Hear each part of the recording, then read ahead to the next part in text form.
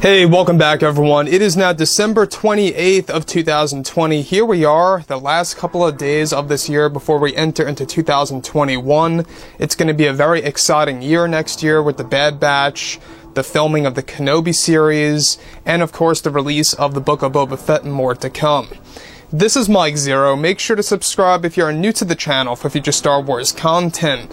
Now, one thing about Disney Star Wars right now is that we are now in a position where we are able to witness the transformation of the Star Wars universe. You know, obviously, given the fact that Kathleen Kennedy is only working on The Acolyte by Leslie Headland, and that is it, strictly. That's all that she's dealing with. What's going on right now with Star Wars? Well, a lot of things are happening behind the scenes between Dave Filoni, Jon Favreau, George Lucas, since they are indeed working together as a team to provide as much authentic Star Wars content as possible to really give the fans hope about the future, right? So, the thing about Dave Filoni is that this is a guy that is always considered as the true protege of George Lucas, and there's a reason behind that, is because he worked very close with George Lucas, in person, mind you, on the Clone Wars and with Star Wars Rebels. He took a lot of ideas from George Lucas, he took a lot of advice from George Lucas. He really is, you know, the true protege.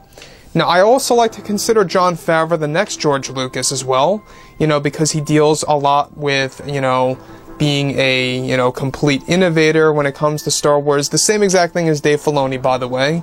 I view them as, you know, one and the same, actually. Two different people, but they both act almost as one, if you actually look very close. So, when we go ahead and look at what's happening with Lucasfilm right now, is, of course, everything with Mando Season 2 is looking very bright, especially with Mando Season 3 in the works.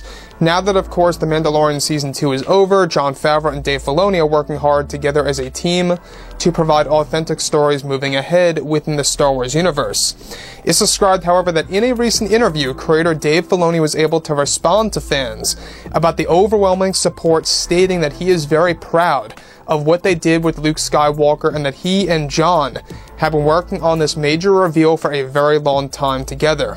Dave Filoni went on to reveal that they are very glad to see the fan reactions from the fans of Luke Skywalker's entrance, and that he even had shed a lot of tears with Jon Favreau. Some, of course, you know, reacting to the fans and what they had to actually say about the actual return of Luke.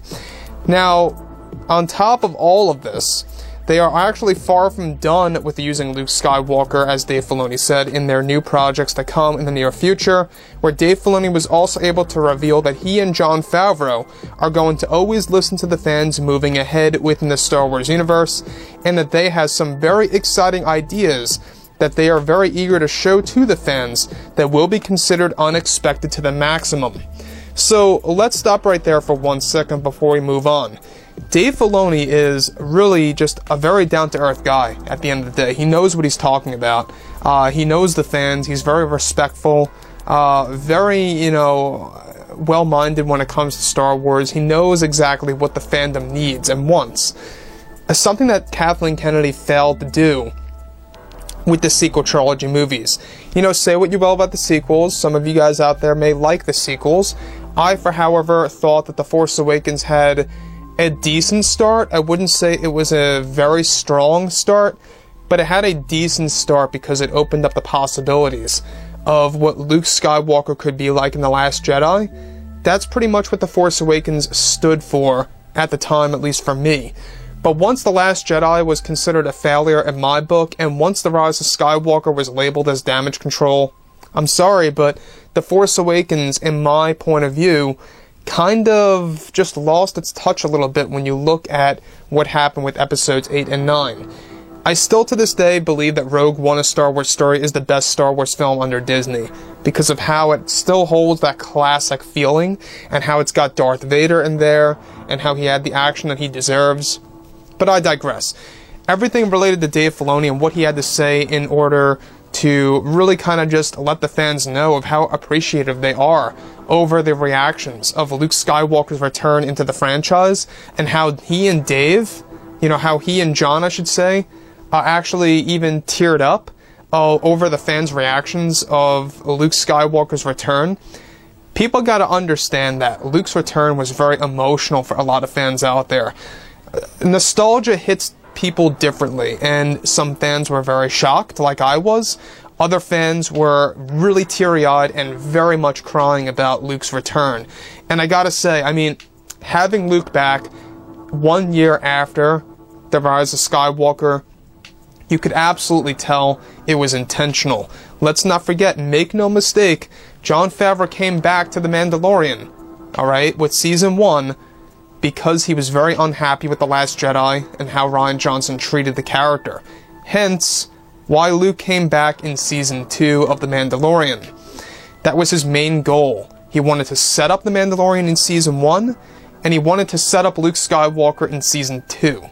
So that was a really big deal for Jon Favreau to really do such a thing so fast. So like I've said before in the past, guys, drop a comment below.